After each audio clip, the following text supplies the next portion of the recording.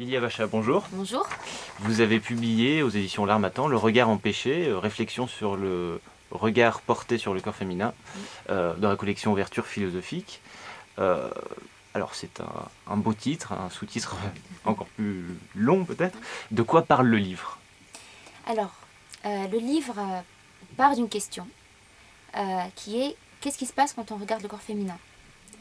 Et il m'a semblé qu'il se passait quelque chose que j'ai appelé la voix de l'œil. C'est une voix qui vient, qui nous dit de fermer les yeux et de regarder à travers les paupières. Et alors, ça se passe, enfin, à mon avis, pour tout le monde. Hein. C'est pas que les hommes qui regardent les femmes, c'est aussi les femmes. Ça arrive aussi pour les femmes. Et donc, ce qui m'a intéressée dans cette voix de l'œil, c'est qu'elle a une part d'interdit, bien évidemment.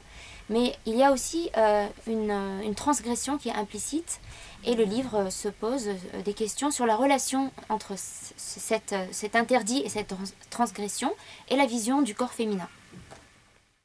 Alors quels sont les principaux thèmes du livre? Alors il y a trois axes principaux dans ce livre. D'abord il y a le côté art et image, puisque le livre vient d'une thèse à l'origine qui a été faite à la Sorbonne en art et sciences de l'art, sous la direction de monsieur Michel Sicard, et que je remercie d'ailleurs. Et donc je pars de l'analyse d'images de toute origine, de toutes sortes d'images aussi, hein. Ce ne sont pas que des images artistiques, il y a même des images littéraires, etc. Donc là c'est le premier thème. Le second, c'est le monde arabo-islamique, même s'il n'est pas défini dans le livre, mais je pars beaucoup alors de la langue arabe et de principes dits appartenant à l'islam, sauf que je les replace dans un contexte plus universel. Et le troisième point, c'est bien évidemment la femme, et je n'en dirai pas plus. Alors qu'est-ce que le livre n'est pas? Merci pour cette question.